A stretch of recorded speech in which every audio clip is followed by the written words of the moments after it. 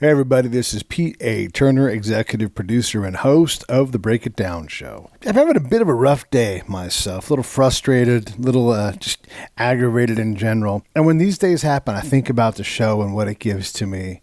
We've had two different dead people on the show. The first one was Josh Montz, who was dead for 15 minutes, shot and killed in Sadr City in Iraq. He was dead for 15 minutes and they brought him back. Incredible. And so I can get through a day like today. It's perfect timing. Another guy, Mike Day, he had a bad day. 27 times he was shot. 27 times. He was hit with a grenade. He was blown. Everybody in that room died, including Mike. But Mike walked out of that battlefield, died again on the airplane. They brought him back. 27 times he was shot. And he's still with us. Mike Day, a SEAL, badass. And a great guy to have on the show. Today, same kind of guest, someone who's dead. Look, I don't know if you know this, but there are 4th, 5th, and even 6th degree burns that someone can sustain. Now, you typically don't survive a 4th or a 5th degree.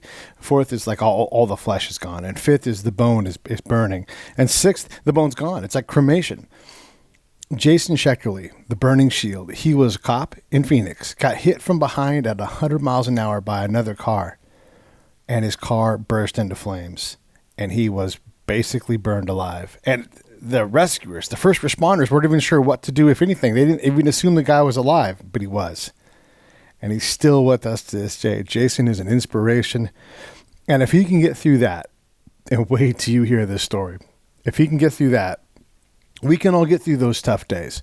So this is a great episode. You're going to love it. Hey, a couple quick things. As you know, it helps us when you support the show. So sharing the show, telling your friends about it, buying t-shirts, all of those things, it's all a big, big help.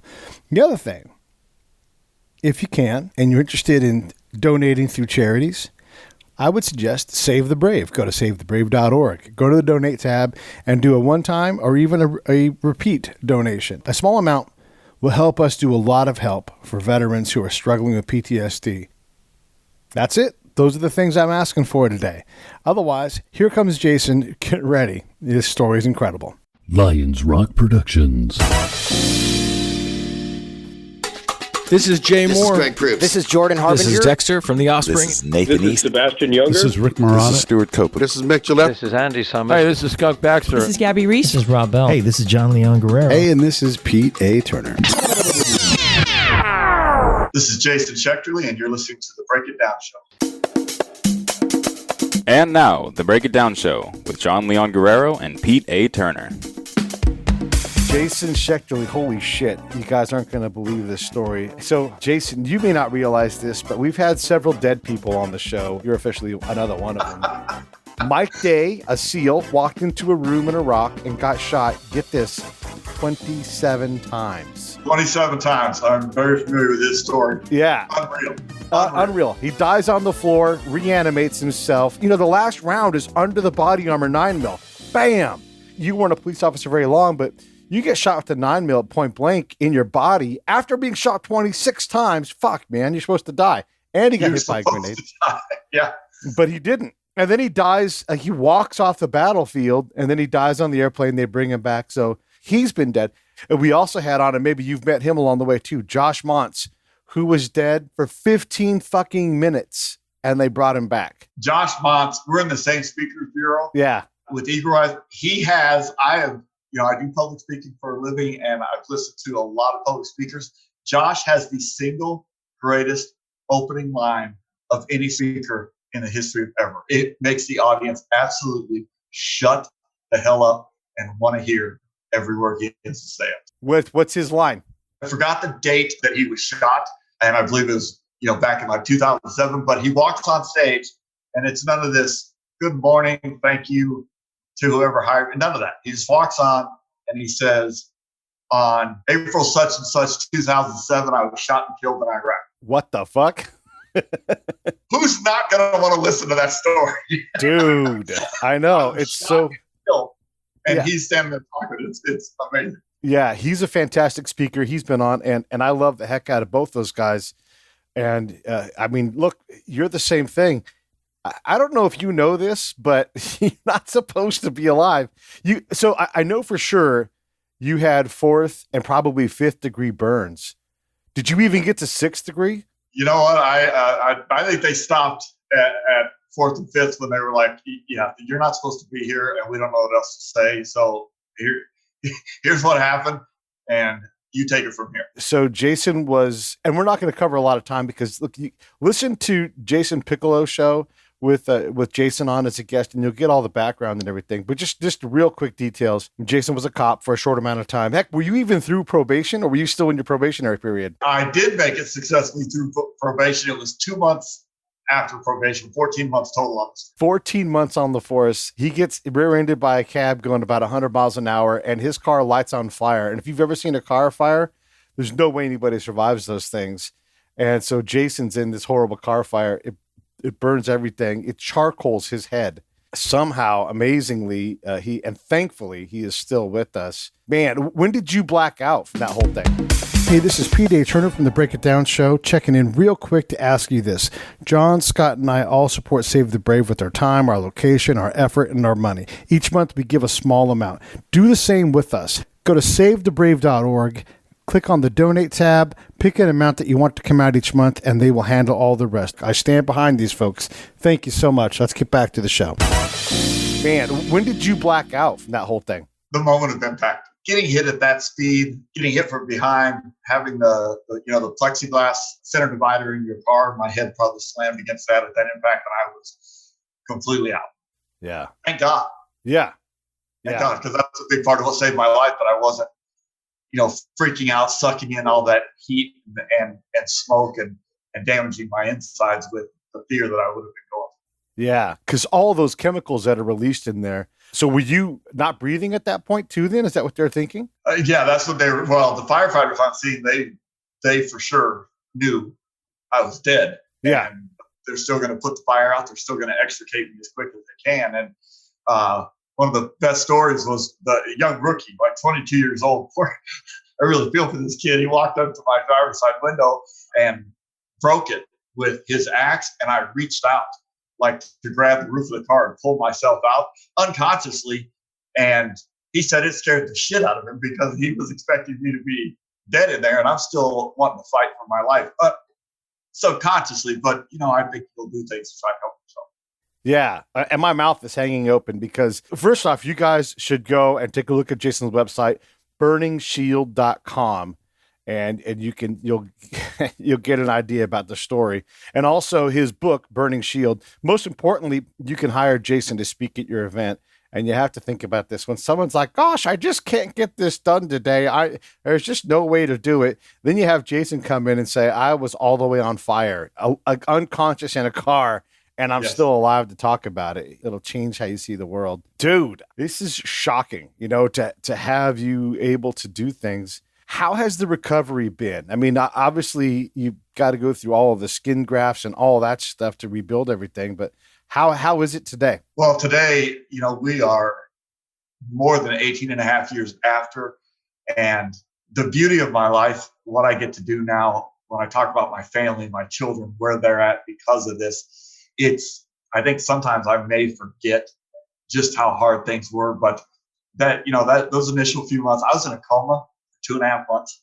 I was completely blind for 9 months, so I couldn't even really process what I looked like or just how altered, disfigured my appearance was, and then learning to come to grips with the emotional side of, obviously, being disfigured is not something you expect. You don't go to work one day and expect to never see that face in the mirror again. Right. And the skin grafts, lost half my fingers to amputation. How am I I'm a cop, and I had everybody from my friends to doctors saying, Jason, you are never going to shoot a gun again. And I'm like, bet me, watch me.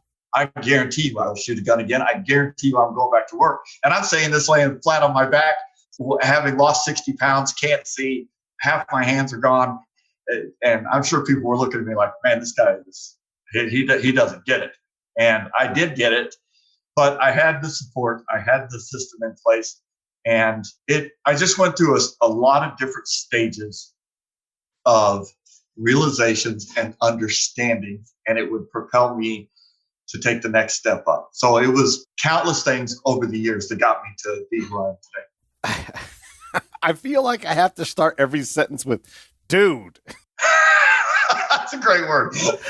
I mean, just because it's so impossibly impossible. I mean, you being unconscious likely saves your life. Is there anything, you're not supposed to be alive.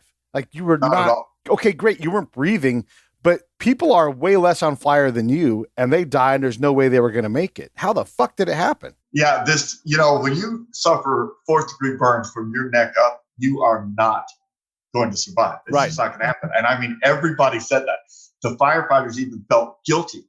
I mean, it's the human emotion is powerful. To have guys saying, I felt guilty even trying to save you and get you, because what good is it going to do? And then the doctor's telling my wife, my parents, look, Jason is not going to live through the night. And then when I did, well, he's not going to live through the next 48 hours. And then I did, well, he's not going to live for another week. It was nonstop. He's not going to live. But because of the work of each person, what the firefighters, a couple of police officers did, I was a tissue recipient. So organ and tissue donation, that whole gift of life, that's not a cliche. I mean, that means something. When you choose to be a donor after you pass away, it gave me a chance. And I didn't have 1 or 2 donors. I had dozens of tissue donors to help cover those exposed areas. And those are the few things in the first, it probably took about 2 months before the doctor said, all right, we give up. He wins. He's not going to die. So not sure what to expect. And then from there, it was the therapy, and it was the learning how to deal with blindness, learning how to eat food again, learning how to just be a basic human being. And I was, I'm a husband, I'm a father, I'm a cop, and all those basically were erased.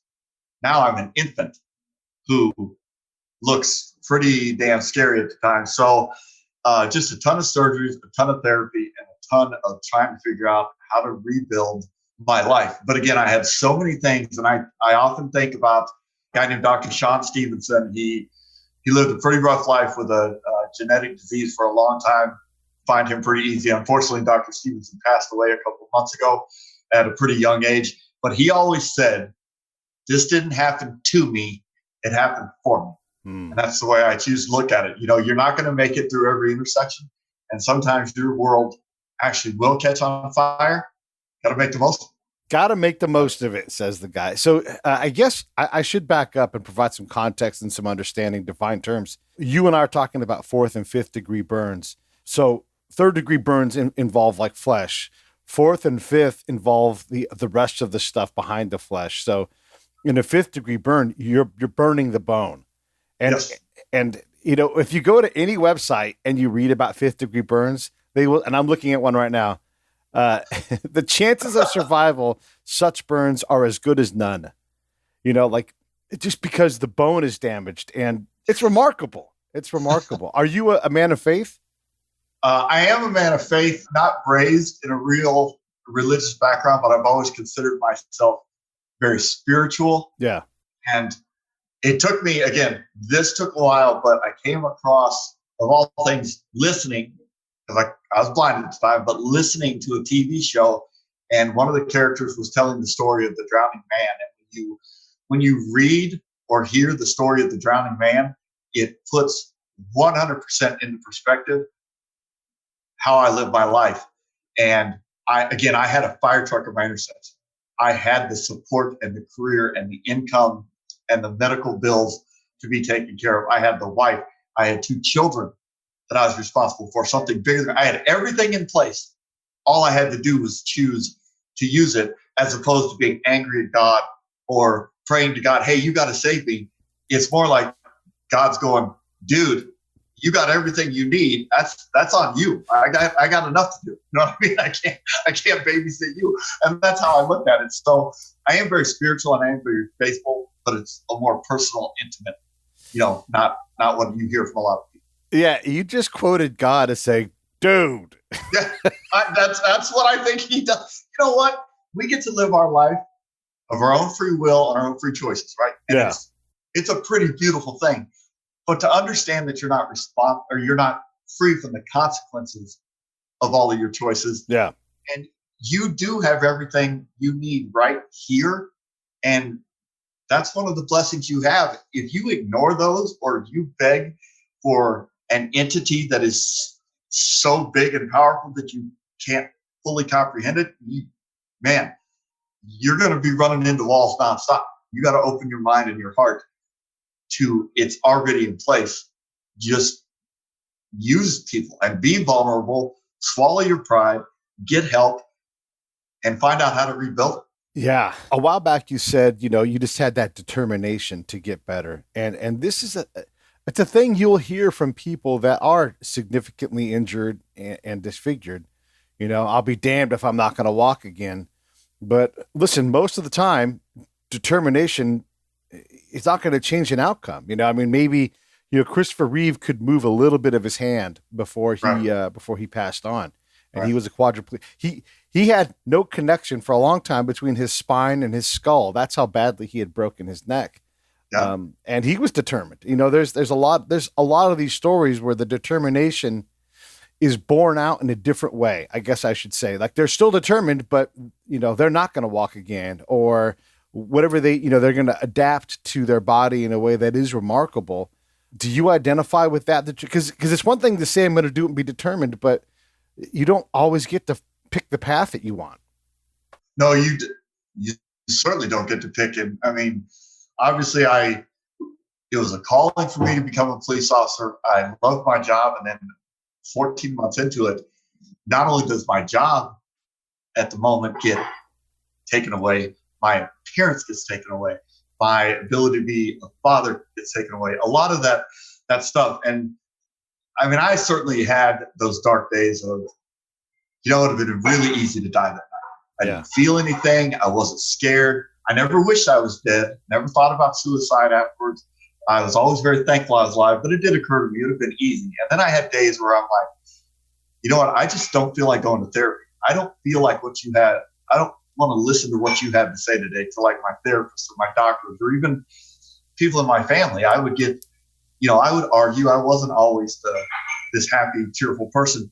But then every time I felt some form of success, every time I felt a little bit stronger, every time I was able to do something that I couldn't do the day before, I fell in love with, that feels good. And I started to equate it to, it was pretty cool to turn 16 and get a driver's license. It was pretty cool to turn 18 and vote. It was pretty cool to turn 21 and legally buy my first beer. Yeah. It was pretty cool to get married.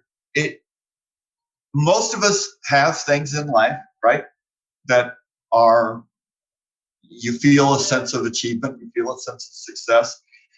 And all of a sudden I'm having dozens, if not hundreds of these repeatedly. And I'm like, you know what, this feels good versus dwelling on the pain and the negatives and the what ifs and the what could have been. That doesn't feel good and it doesn't do me any good. I am who I am.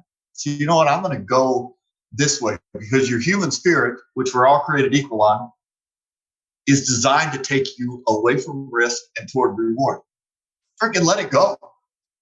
It's awesome. Help me understand the process from, okay, you're in the bed, you're getting better. A rookie Phoenix cop doesn't make $25 an hour, right? So not even close. Not in the year 2001. Right. So obviously they're going to medically retire you as a rookie cop. That ain't enough money to live on, brother. So what the heck happens?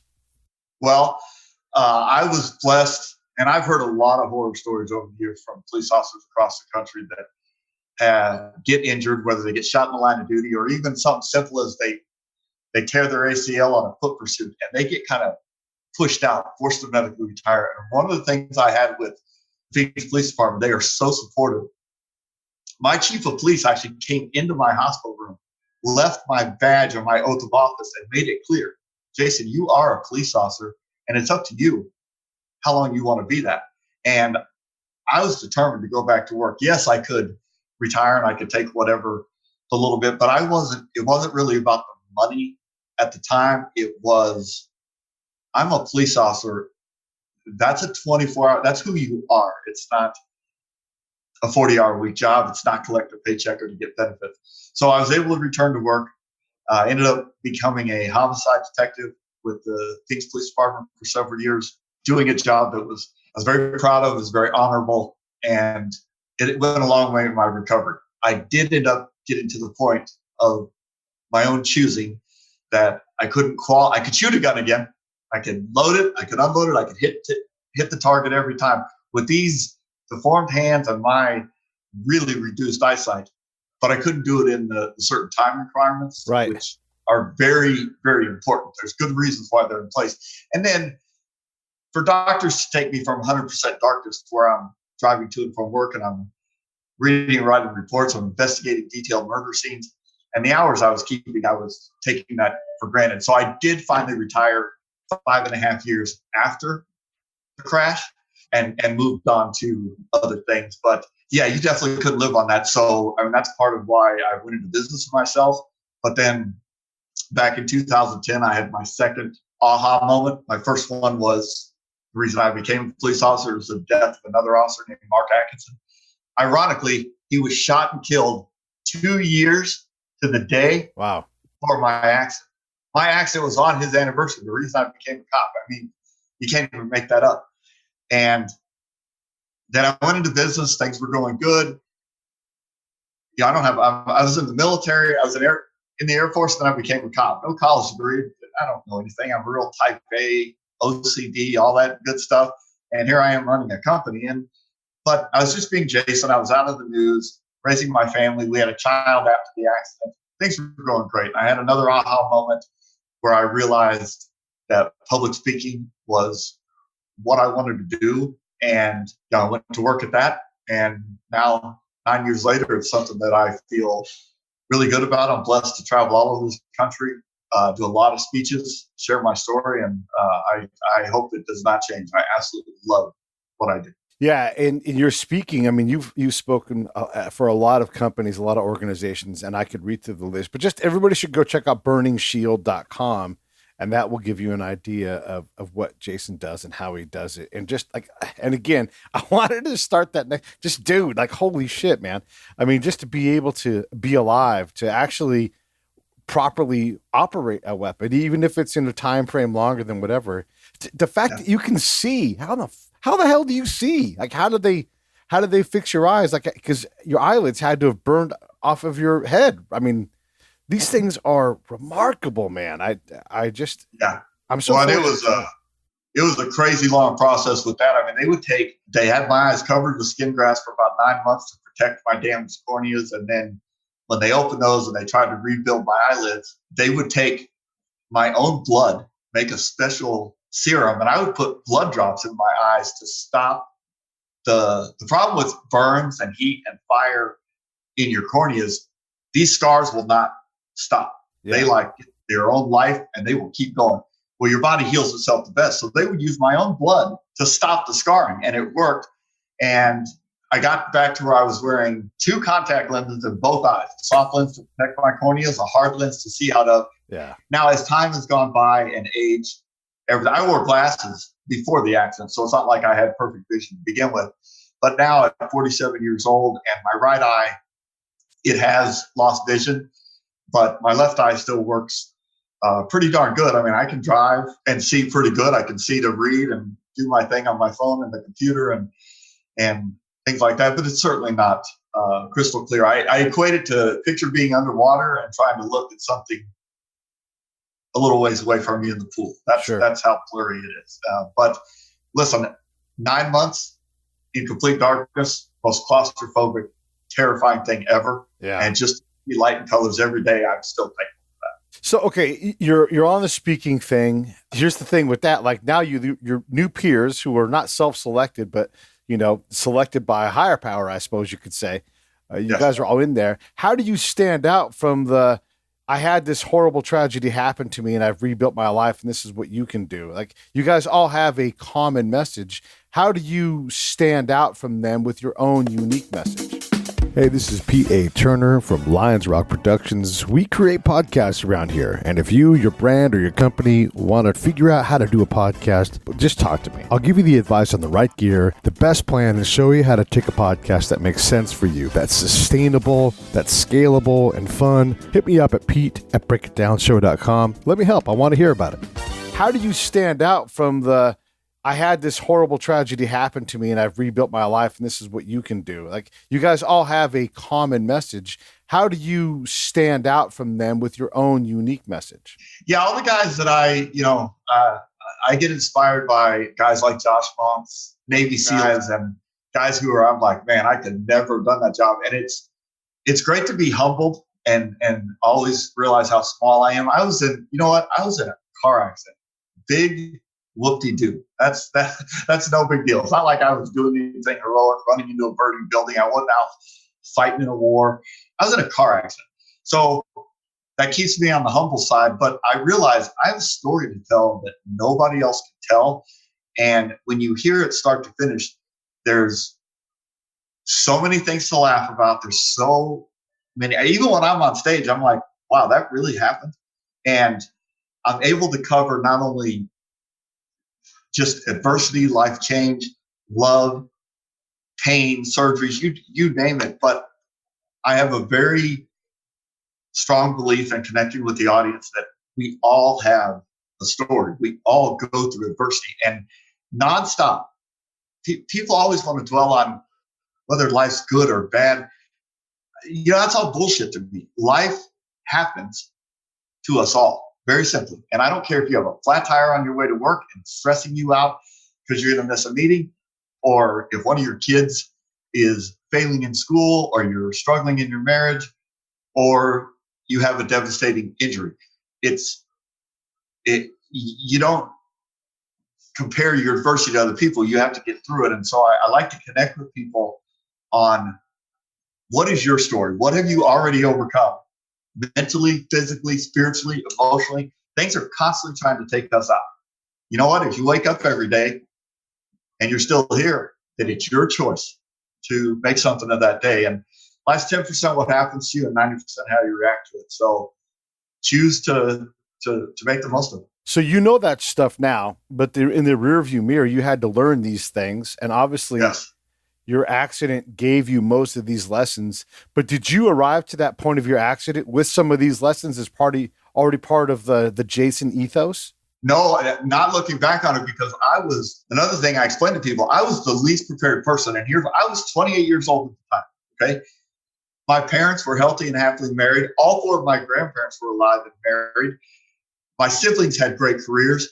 My kids were doing, 28 years on this earth, I had never even experienced death in my family, let alone divorce, serious adversity. Broke a few bones playing sports growing up, but I knew nothing about trying to overcome stuff. Every time I set a goal for myself, I achieved it. I had a successful 4 years in the military. I've become a cop when I wanted to. I made it through the academy. I'm loving my job. I just did not ever have to face anything traumatic, especially on this level. So I don't think I was prepared for it at all.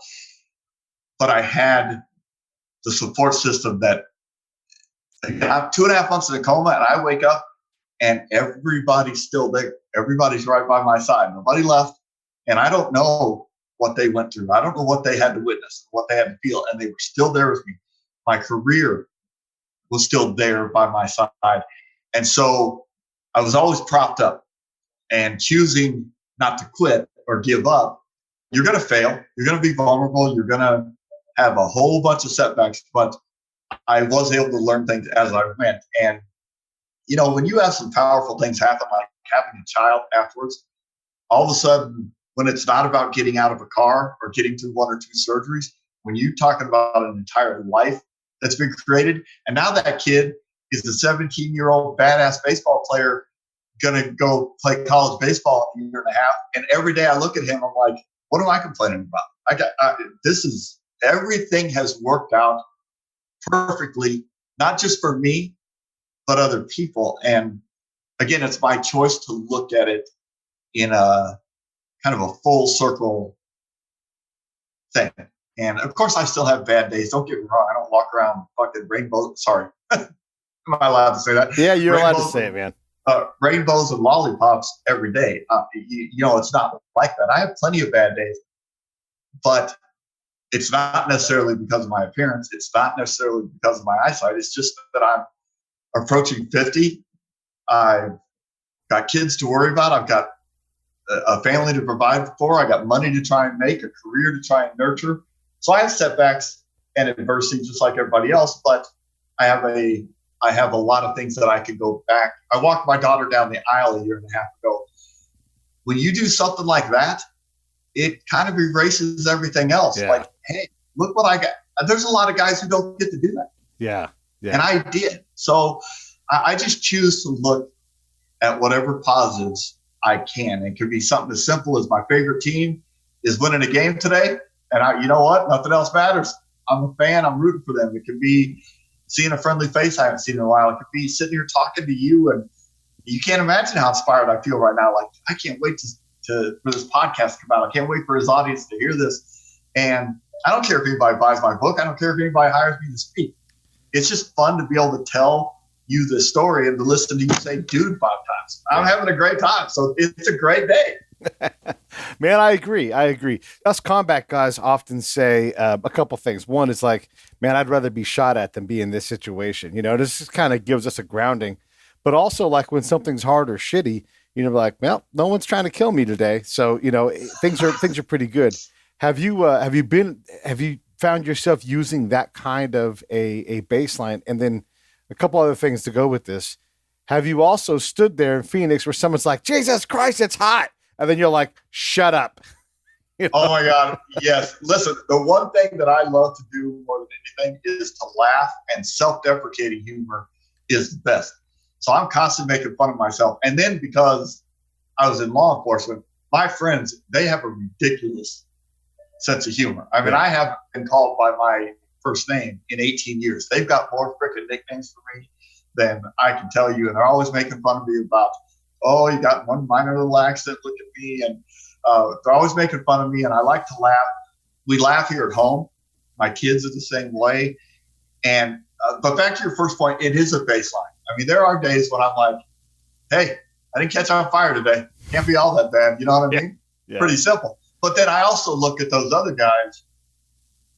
I'm sure you've heard the statement that if you put a group of people in a room together and say, all right, everybody throw all your problems into the center ring, and then you get to choose which ones you want to take out. Every one of us, every time, would take back our own problems. Yes. Guaranteed.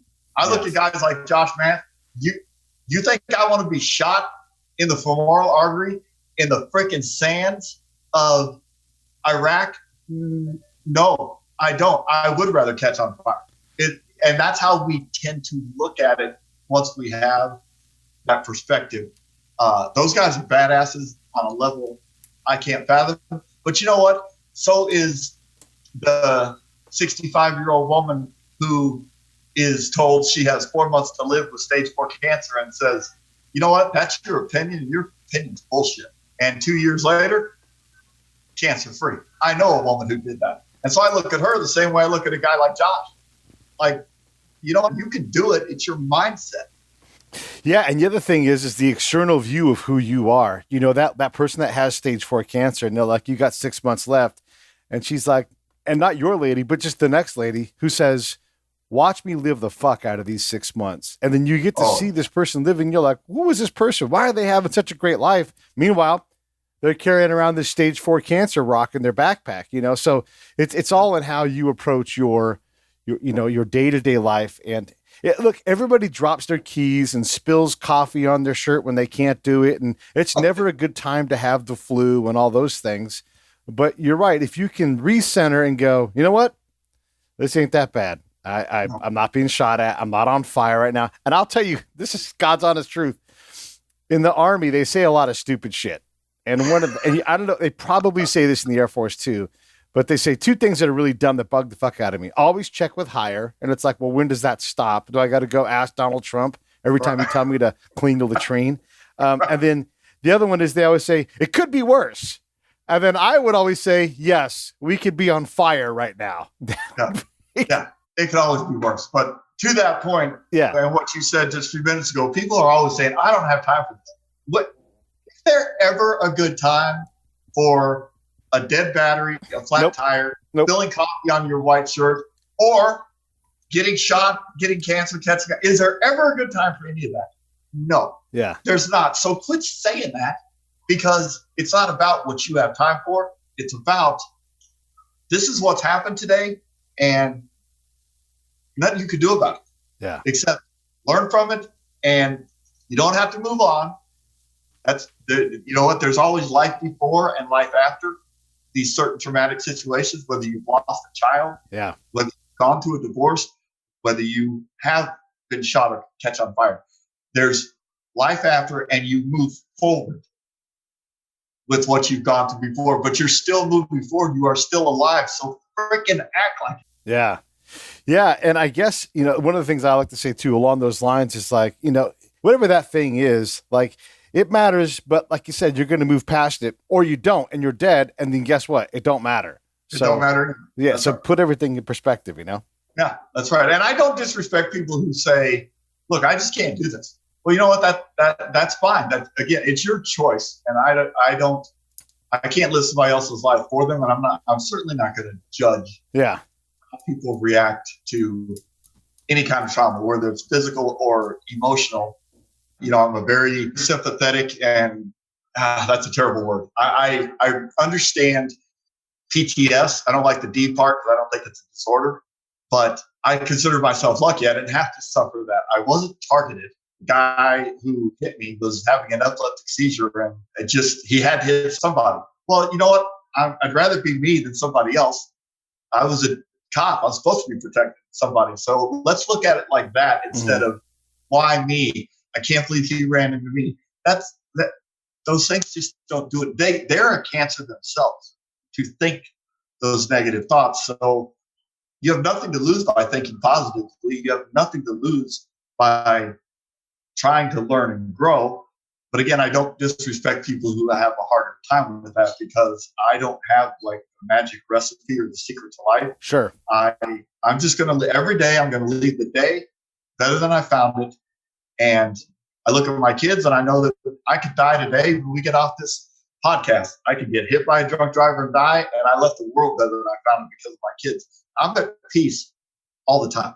Wow, man. At peace all the time is such a desirable state, at least externally. That seems like a good place to be. Listen, peace and serenity are my ultimate goals every day. Those are the two emotions I want to feel. I know I'm going to feel anger. I know I'm going to feel anxiety, and I'm going to cry once in a while. And, you don't always get to just feel love and joy and success and laughter. You're designed to feel a lot of things as a human being. It's pretty remarkable. But peace and serenity is like always, at the end of the day, if I can exhale and be like, you know what? I did. I left that meeting earlier better than I found it. I left the gas station better than I found it. I left the grocery store person I talked to. I left this day better than I found it. It is, for me, I've seen a positive shift in my life. I've felt the shifts, and I try to achieve those every day. And I have to find something. What people lose sight of is, it's hard to stay motivated and inspired. Well, it's hard to stay clean, so you take a shower every day. Yeah. And I have to find something. I was in Portland the other day, giving a speech, 550 people in there. Can you even imagine how inspired I was to be on that stage sharing my story with 550 people? When I left and went back to the airport, you have that adrenaline dump. You have that crash. You have that, well, I'm back to being alone, and I'm just Jason, and everybody's staring at me in this airport because I'm freaking burned. And when I wake up tomorrow, I don't get to speak to 550 people. I'm back to doing my honey-do list of my chores at home and putting up with all this other bullshit. So I got to find something new to inspire me. And that's kind of the fun of living. Like, what is it today? What's going to move me positively today? And I love looking for that.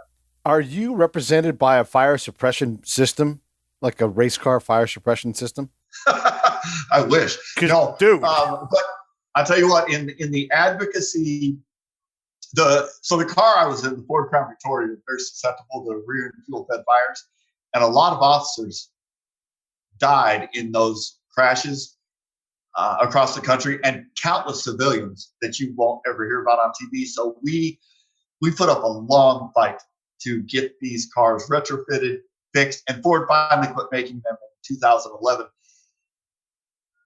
And there was a fire suppression system based right here in Scottsdale, Arizona, that just remarkable what they did at a low cost.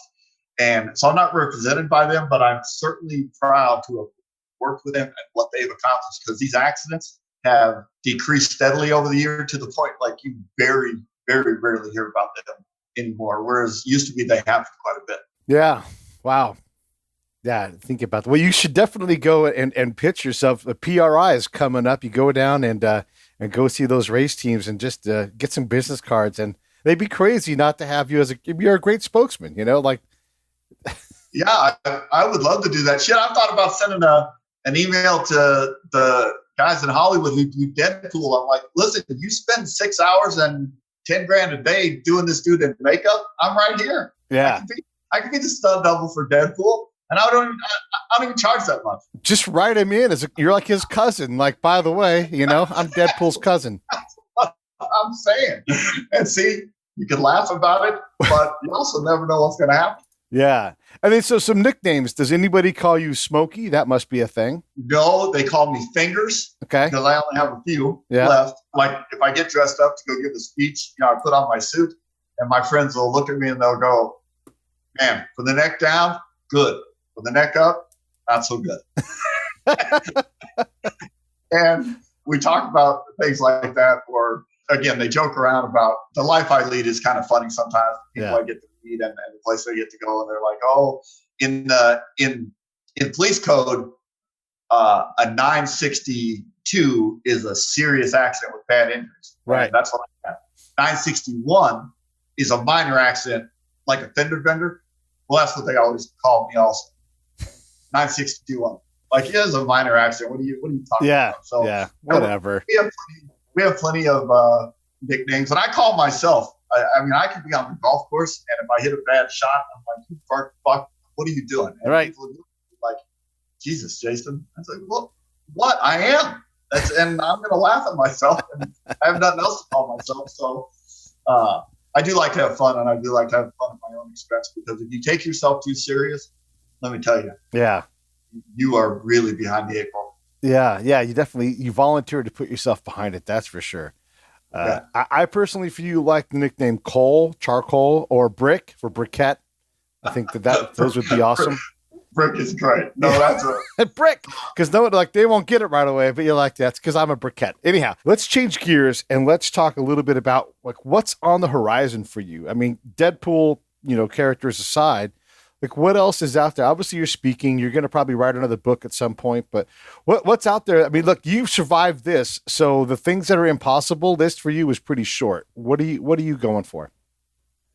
I'm at the point of life right now. I just turned 47 years old a couple weeks ago, and I just love watching my kids right now and making sure they are fully supported. I've got a daughter who's married and in medical school. I've got a son graduating college this year. And then I've got my youngest son who's working hard to make a decision on a baseball scholarship somewhere. And he'll definitely be outside of Arizona. I'm going to have 3 kids in 3 different states. And my wife doesn't think that's cool because she doesn't want to be an empty nester. And I'm like loving watching them soar. I love my public speaking. Every year I'm doing more and more speeches. Finishing 2019 with about 75 speeches. Wow. And I just genuinely love doing it. So that's what I spend most of my time working on. And I'd be happy if life right now just kind of continued where it is.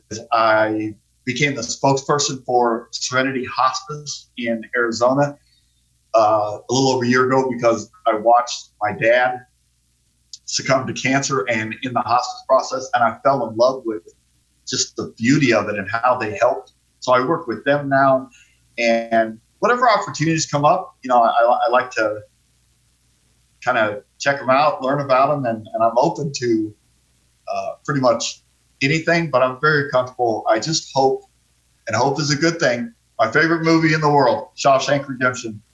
And that's what Andy Dufresne said. Hope is a good thing. And I just hope things where they're at now. I like this plateau I'm on, and I'd be happy for no peaks and valleys for a little while. Let's just cruise right here. The empty nest thing, because I'm turning 50 in a few really just a matter of weeks. The empty nest thing, there is definitely a different challenge for the moms, because it was their purpose for so long. And it's like, now you get to all those things you've been meaning to wanting to get to do to really redefine yourself. You get to be a mom in a better way because you don't have to do everything all the time. And you also get to invest in you. It's such a great time in your guys' lives. It is a great time. And I look at it, I'm glad I started young. I will be just shy of 50 when my youngest son leaves. And not only do I remember what it's like to be their age and to spread your wings and to get out and it's their turn to live their life, but also not being quite 50, I'm like, holy shit, let's go on vacation. Let's go do this. We're alone. We don't have the kids. And yeah, women don't look at it like that.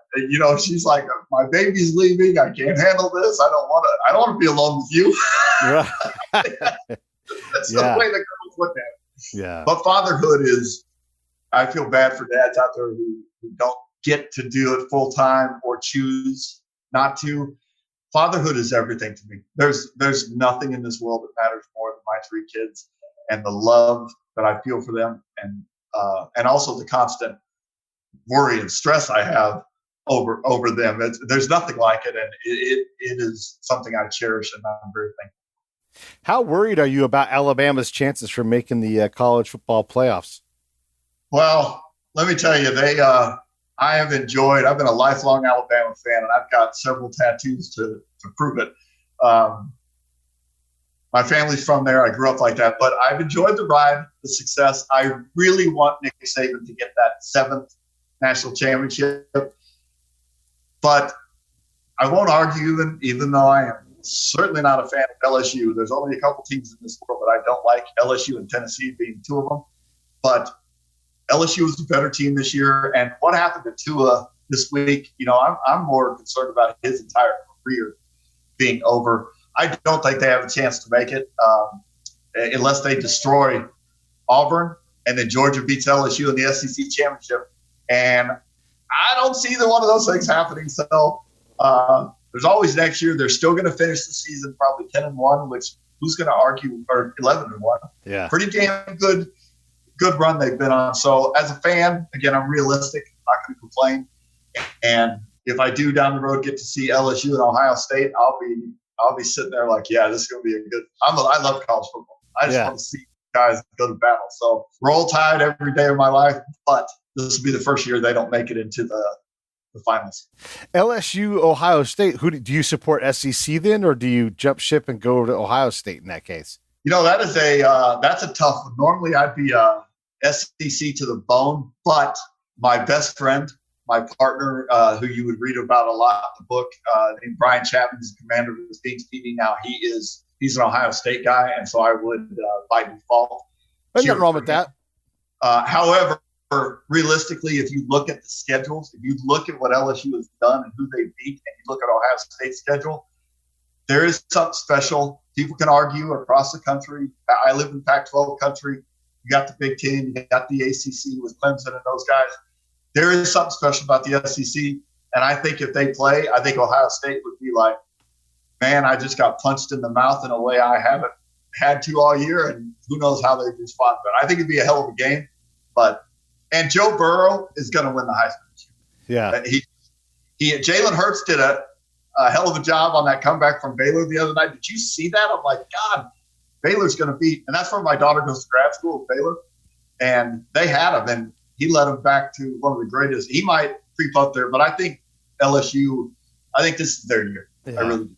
Well, I mean, I'm not a big college football fan, but I'm a little bit more aware of it this year than others for just a variety of small reasons. And one of the reasons why I'm not a big college football fan is that there's not a playoff. I'm 100% for having selection weekend right after Thanksgiving. Yeah. And then you start a tournament and you go 20 teams, it's like take the top 12 and do 8 at-large bids and then let them pluck and play it out. If Idaho State is better than you on that day, then bye-bye, Alabama. Let them do it. I agree. And, that's one of the beauties. Like, I'm not a big college basketball fan until March Madness. And March Madness is great because on any given day, every year there's going to be one school. Like last year, it was that little school in Baltimore County who beat a big powerhouse. Or last week, Evansville beating Kentucky. It's like, what the hell did I just watch? And that is the beauty. So I don't disagree with you at all, but at least it's better than what it used to be. The BCS was terrible, and choosing 2 teams only. Now at least they're up to 4, but hopefully they'll creep up to maybe 8 or 12 eventually. Well, there's big money in it, and if they can figure out how to monetize it, they will. But yeah, like, so there's a couple things. One, and with all respect to SEC's quality football programs, Pac-12 does get bypassed regularly. Like, and then the Pac-12 has this nature of killing itself. You know, a lower team will take out a higher team all the time. And then the Big 12 and the other schools, you know, Ohio State gets, look, they're incredible. It's an incredible program. But we have to all be honest, like, if push and shove come together, Ohio State, Notre Dame, those schools get an unfair bump up sometimes. Sometimes. Well, at least Notre Dame, I mean, I give them credit. They kind of remain independent. They played Georgia this year. They play a couple games. Ohio State, especially when Urban Meyer was there, and I'm not shy about saying, I think probably the worst character coach next to Lane Kiffin over the years, Urban Meyer. I mean, that guy makes me sick, and I'm so glad he's gone. But he wouldn't play anybody. He was like, I'm playing Youngstown State, and I'm playing, all these little schools. And then in their division, in the Big Ten, they dominate. I mean, they are going to beat the other schools in that competition. So then when they go outside of that, they can. Well, it was a couple years ago. Remember, they made the top 4 and they went and played Clemson, and the final score was 34-0. Yeah. Ohio State didn't score a point. Yeah. So that's part of the challenge and the fun of it. But again, I love Ohio State. I really do, because of my friend. Yeah. And I'm just glad Urban Meyer's not there. And I'm impressed with what this first-year coach is doing this year. I mean, and their quarterback's a badass. So we'll see. Yeah, we'll see. And let me just say openly to everybody, I really don't care about college football. I want to see them decided on the field. I want 20 teams out there, make a bracket, run that bracket. And we all know from, like you said, from the basketball tournament, 2s are going to beat 15s. Every now and then, once every other generation, a 1 is going to beat or 16 is going to beat a 1. So let these guys go out and do it. You know, let them have that moment. And I don't know. Anyhow, so enough about college football. Listen, I appreciate you coming on, taking your time to hang out with us and just tell us your story. You guys have got to go look at Jason's website to understand who he is and what he does. It's burningshield.com. You can get all of the information there. And just, dude, your story is so incredible. I'm glad that you had to go through this process to become the person that you are today, because you are a wonderful person. And as much as I don't want anybody to suffer, I love how you've transitioned into this newer, better version of you. And again, man, just thanks for coming on the show. I appreciate that so much. I would not trade a day of my life, even March 26th of 2001. Looking back, it was not the worst day of my life. I'm thankful for who I am, all the people around me, and I hope to touch a lot more lives as I go forward in peace and good health. And I wish you the same. Thank you for this opportunity. It's been a lot of fun.